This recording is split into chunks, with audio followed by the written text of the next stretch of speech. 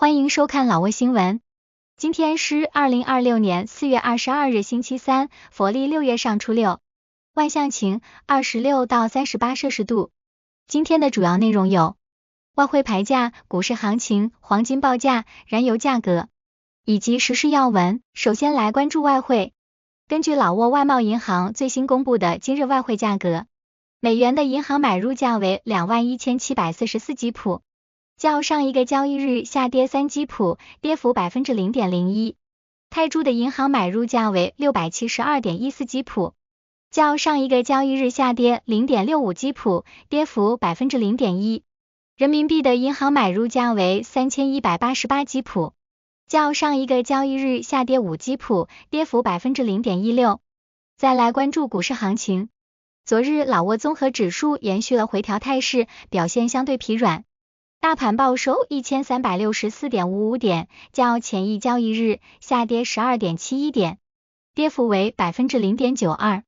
从走势图看，指数开盘后震荡走低，全天运行在昨日收盘价之下。全市场成交量为1257800股，总成交额约为 21.84 亿基普。虽然指数下跌，但成交额依然维持在20亿基普以上，说明市场换手依然充分。昨日个股呈现跌多涨少的格局，权重股的集体调整是压制大盘的主因。外贸银行昨日下跌40基普，收报2340基普。作为市场风向标，外贸银行的回调对指数压制明显，但其成交量281400股依然稳健。老挝电力昨日跌幅较大，下跌50基普，收于2210基普。联合发展银行延续下跌趋势，再跌100基普，收报8200基普。中老证券依然是市场的人气焦点，成交量高达683600股，位居全市场第一。股价虽然小幅下跌5基普，但其极高的活跃度维持了市场的基本流动性。老挝石油昨日表现相对坚挺，收盘价维持在3100基普不动，成交量也达到了 21.6 万股。马哈腾逆势上涨5基普，是昨日少数收红的个股之一。接着关注黄金价格。根据老挝黄金银行最新公布的价格，重量为1铢的黄金金条，每根售价是5238万基普，较上一次报价下跌30万基普，跌幅 0.57%。然后关注今天的万象油价。今天万象10个加油站执行4月21日老挝工贸部公布的燃油价格，柴油每升45280基普，普通汽油每升38150基普。相较于上一次工贸部公布的燃油价格，本轮调价柴油价格下跌2320基普，跌幅 4.87%， 普通汽油价格下跌790基普，跌幅 2.03%。接下来一起关注时事要闻。1. 副总理出席联合国亚洲及太平洋经济社会委员会第82届大会。4月20日，副总理兼外长通沙万峰威汉率团赴曼谷参加联合国亚洲及太平洋经济社会委员会第82届大会。本届主题关注全龄社会发展。副总理在致辞中呼吁坚持多边主义，合作应对通胀、债务及气候变化等挑战。他强调，老挝正实施第10个5年计划，力争2026年摆脱最不发达国家地位，设定 GDP 年均增 6%， 2030年人均 GDP 达3055美元的目标，并重点发展清洁能源和数字经济。2. 农林部部署水牛山保护区灭火工作。4月20日，农林部部长林康敦萨万在万象省主持会议，部署水牛山保护区的山火扑救工作。部长指出，今年火灾极其严重，主因是违法侵占土地和盗伐。他要求执行总理令，打击毁林，确保 65%到80%的护林力量部署在一线，提升村级应对能力，并设专项基金。农林部现场向受灾的4省市捐赠6000万基普和生活物资。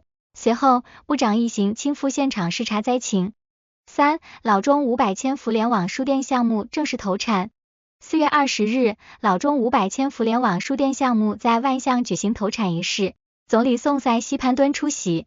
该线路连接老挝乌多姆塞省纳莫县与中国云南省西双版纳州，全长177.5公里，作为两国电力战略合作的里程碑。该项目实现了双向电力互济，年均进出口电量能力达31千瓦时。项目不仅显著提升了电力传输效率与覆盖范围，还为推动两国社会经济向绿色、可持续方向发展提供了强有力的能源支撑。4. 占巴塞省签约103公顷浆果种植出口项目。4月21日，占巴塞省政府与老挝科斯塔浆果独资有限公司正式签署特许经营协议，在巴松县投资建设103.14公顷的浆果种植基地。该项目涵盖蓝莓、黑莓、树莓及草莓等品种，产品将供应老挝国内并出口海外。占巴塞省省长苏萨万威莱恩见证签约。该项目是当地政府利用巴松县气候地理优势，推动现代化农业转型的重要举措，旨在通过高价值水果出口拉动地方经济发展。5. 占巴塞省人民议会扩建办公楼正式启用。4月21日，总理宋塞西潘敦出席了占巴塞省人民议会办公楼及会议厅扩建项目的启用仪式。该项目位于巴瑟市，总投资近200亿吉普，由维萨空建筑公司历时11个月建成。该建筑共2层，融合老挝传统建筑风格，总面积1890平方米。一层为办公区域，2层设有一个可容纳300人的现代化大礼堂。总理在仪式上剪彩并鸣锣，标志着该办公场所正式投入使用。6. 万象爱心企业资助哈塞丰县孤寡病残家庭。4月20日，孔宽房地产公司董事长孔宽先生联合哈塞丰县政府，向纳海村和亭炭村共8户贫困家庭捐赠生活物资，受助者多为无人照顾的孤寡老人和瘫痪患者。该公司自2023年起定点资助纳海村，今年资助规模扩大，累计投入已达7600万吉普。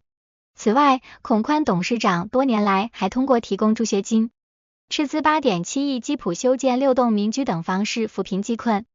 他表示，未来将长期坚持慈善事业，重点保障丧失劳动能力的极度贫困群体，以实际行动履行社会责任。